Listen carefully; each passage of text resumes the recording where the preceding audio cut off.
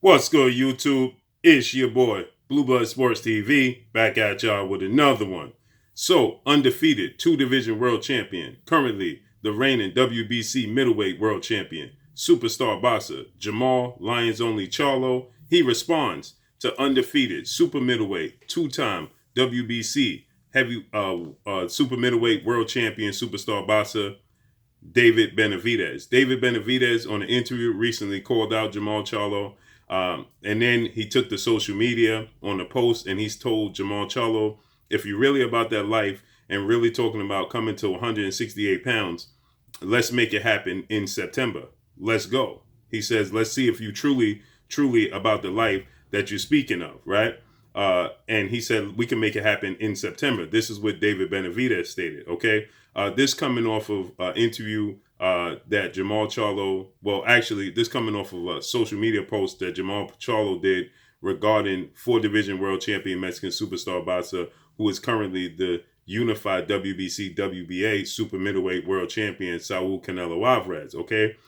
He stated that obviously Jermall Charlo was looking to secure a fight with Canelo Alvarez when he was at 154 pounds. Then he became Canelo Alvarez mandatory challenger at 160 pounds. And Canelo Alvarez was franchised not to have to honor that mandatory challenge. And then he moved to 168, then 175. This being Canelo Alvarez. And now he came back down to 168.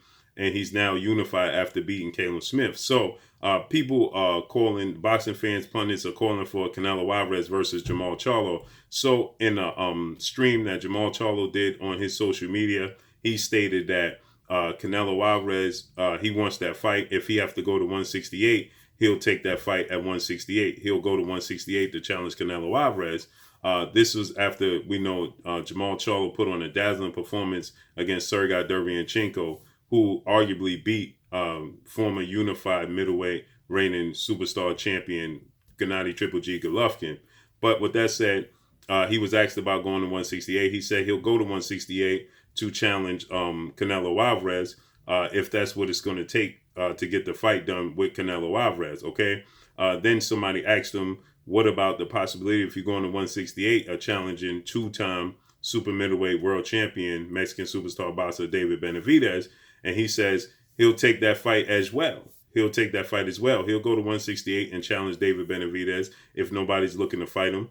If he's indeed the boogeyman at 168. Well, David Benavidez responded and said, let's see if you're truly about that life. You come to 168. Let's make it happen Mexican Independence Day weekend, second weekend in September.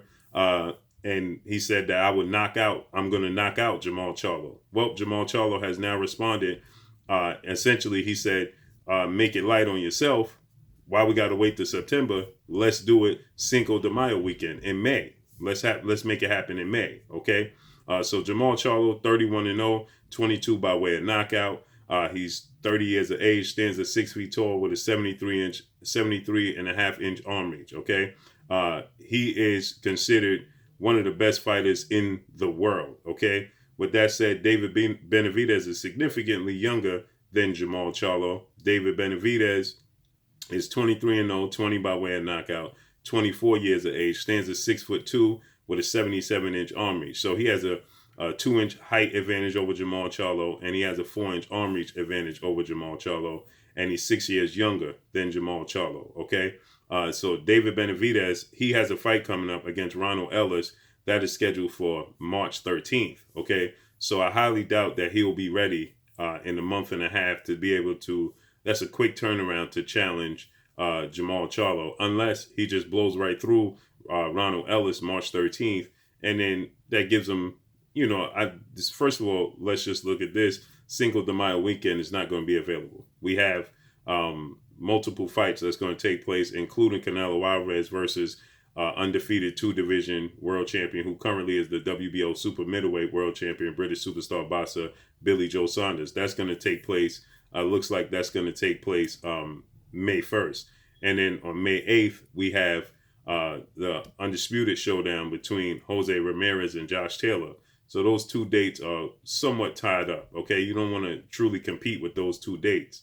So May 11th, that May 15th date would be open for this fight, or we have April 24th. It looks like you're going to have rising lightweight Mexican superstar title contender King Ryan Garcia taking on 8th division world champion legendary Filipino superstar boxer who currently just had to have been stripped of his WBA title due to this unforeseen fight coming to fruition between Manny Pac-Man Pacquiao and Ryan Garcia. That's scheduled to take place April 24th. So with that said, Jermall Charlo says, let's make it happen Mexican Independence Day weekend. So like I stated, that date is not going to be available for either guy for this fight to come to fruition, because this is a pay-per-view event. And you don't want to run the risk of losing pay-per-views to Jose Ramirez versus Josh Taylor, Manny Pacquiao, Ryan Garcia, and Canelo Alvarez, Billy Joe Saunders. So, you want to stand clear of that. May 15th, though, seems like a feasible date. And I would expect Jermall Charlo to get his feet wet at 168 before going straight away into a fight with David Benavidez. So it would make sense for him to get a fight, done around that March time and May time, and then fighting David Benavidez in September. Allow himself to get his feet wet at 168. Take on another challenge at 168. Maybe Caleb Smith, right, who just lost to Canelo Alvarez. Maybe that's a fight that he could make happen at 168. Obviously, Caleb Plant is fighting tonight against Caleb Truitt. He's looking to fight Canelo Alvarez a Mexican Independence Day weekend as well. Okay. Now it looks like Canelo Alvarez, should he be successful against Billy Joe Saunders in May, Cinco de Mayo weekend, looks like he did a 2-fight deal with DAZN and Matchroom, and then he'll make his way over to the PBC, Premier Boxing Champions, so he could fight Caleb Plant on the PBC. So maybe we could get a doubleheader, something similar to when we had Jermall Charlo and Jermall Charlo headlining the same card on pay-per-view. Maybe we could get David Benavidez versus Jermall Charlo, and we could get Canelo Alvarez versus Caleb Plant on the same night, and the winner of both fights face off against each other. That would be massive. That makes a lot of sense. But like I stated, we need Jermall Charlo more than likely would need to get his feet wet before going up to 168. He campaigned at 54 and 60. Just to jump up from 160 to 168 is a big jump, especially against a guy as big as David Benavidez, and go right straight away into a fight with David Benavidez. I think that he would need to get his feet wet at 168 first, get accustomed to that weight class, and then go into a fight with David Benavidez. That would, in my opinion, would be the more logical direction to go in, and have that fight staged in September. Then you can have the winner of both fights face off against one another in December. That would be massive. That would be explosive, right? So with that said, as far as the fight goes stylistically, I think that Jermall Charlo is very accurate with a lot of power in both hands. And he has he's very disciplined on the defensive end. David Benavidez is a pressure fighter with a lot of power, very big and very relentless.